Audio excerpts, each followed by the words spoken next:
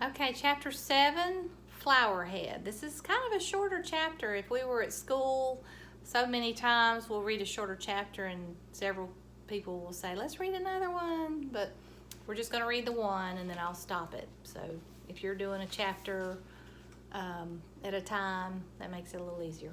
Flower Head. Day 4, Dear First Grade Journal. I'm writing this page on a tour bus. Tour bus is the grown-up word for there is nothing but old people on this thing. We are going on a nature hike. A nature hike is when you look at plants and birds and scenery. I cannot think of a worse activity. Mother said I will get some good pictures today. Big whoop from Junie B. I do not want to be here.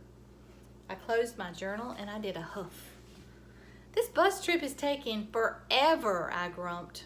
Mother and Daddy rolled their eyes because we hadn't actually left the parking lot yet. I kept on grumping, then finally, the bus door closed and we started to go. A man in the front seat picked up a microphone. Aloha-ha, he hollered. All the bus people sat there real silent. Then a few of them said aloha back at him, only way quieter. The man laughed. Oh, come on, you can do better than that. Aloha, he hollered again. And so this time more people said it, but they still weren't loud enough for him, I guess, because we went through the same nonsense 5 more times. I tapped on Mother. This guy is getting on my nerves, I said. Shh, she said back. I looked at Squeezer. Being shushed is getting on my nerves too, I said. The man kept talking. He said his name is Donald, and he will be our nature guide today. I did a sigh.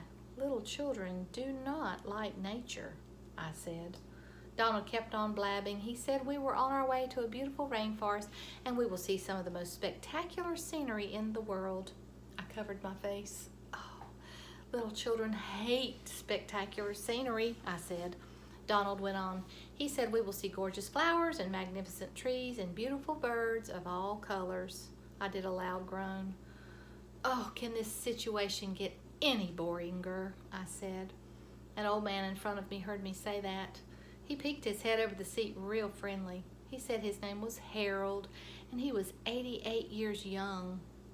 When you get to be my age, spectacular scenery is as exciting as it gets, he said. Oh, I sighed again. That's not much to look forward to, Harold, I said. Daddy quick leaned over and he told me to please find something to do. Then he gave me my camera and he said to take a picture of the people on the bus. I waited till we stopped at a light and then I stood in the aisle and I took a picture. Click, click. I sat back. That picture will go nicely with my other embarrassing photojournal pictures, I said.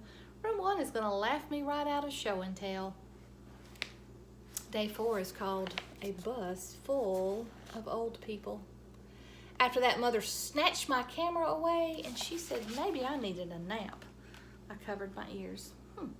Yeah, only how can I even sleep with all of Donald's yakking going on, I said. That man would not stop, I tell you.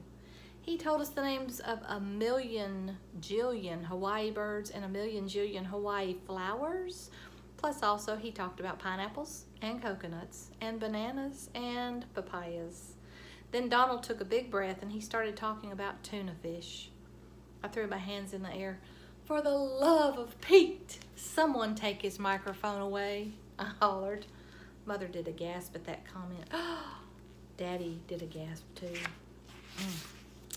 I quick covered my mouth, but it was too late. All the people were stretching their necks to look at me.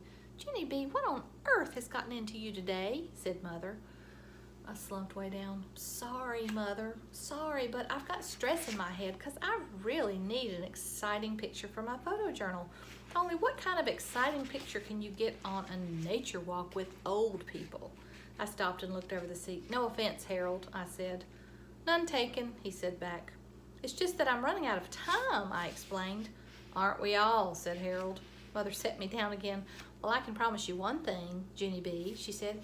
If you go on this hike with a bad attitude, nothing good will happen. But if you keep an open mind, you might be surprised. Sometimes nature can be very exciting.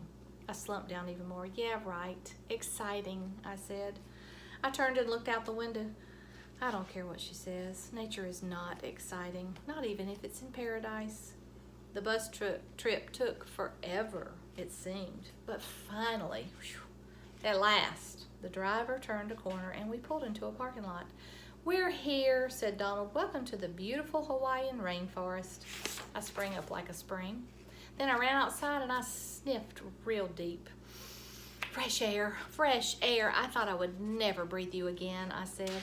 Pretty soon Donald gathered all the bus people around him and he gave us a nature guidebook and he told us the hiking rules. "Hiking rule number 1, he said. Please stay on the hiking trail and do not wander off on your own."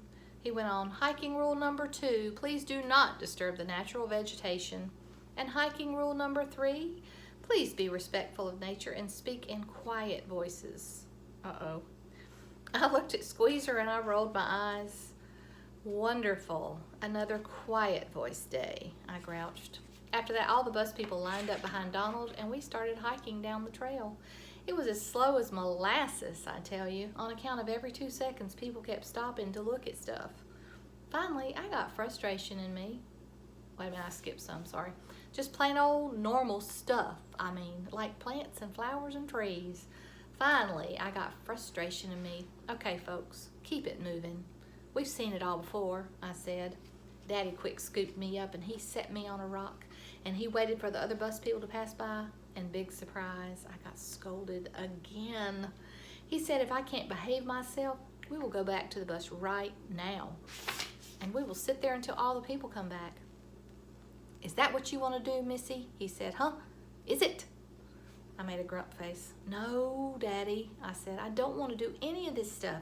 I wish we could do something exciting because I've already seen flowers in nature before." Just then, Mother picked up a flower that was lying on the trail. "Oh, but you've never seen a flower like this, Junie Bee," she said. "Look how beautiful this is. It looks like a big red powder puff." She stuck it in my hair and she took the mirror out to let me see. I stared at myself very admiring. "Whoa," I said. "I look stunning." Mother laughed. "Yes, you do," she said. "This would make a really cute picture." My face got brighter. "Hey, yeah," I said. "This could be the first cute picture of my whole entire photo journal." I quick got my camera and held it way out in front of me and then click, click. I took a picture of my very own self. "Now that one is a keeper," I said. And her caption was, "I am stunning." After all that, all of us started hiking again, only this time I was the slowpoke because I kept picking powder puff flowers and sticking them in my hair. Pretty soon my whole head was full of those beautiful things. I stuck extra ones in my pockets and my shirt buttons and my shoelace holes. Then I looked down at Squeezer and smiled. "Nature is being a little bit fun," I said. I smiled bigger. Who knew? All right, chapter 8 is next and it will be called Clicking. So there's no telling what the clicking is going to be.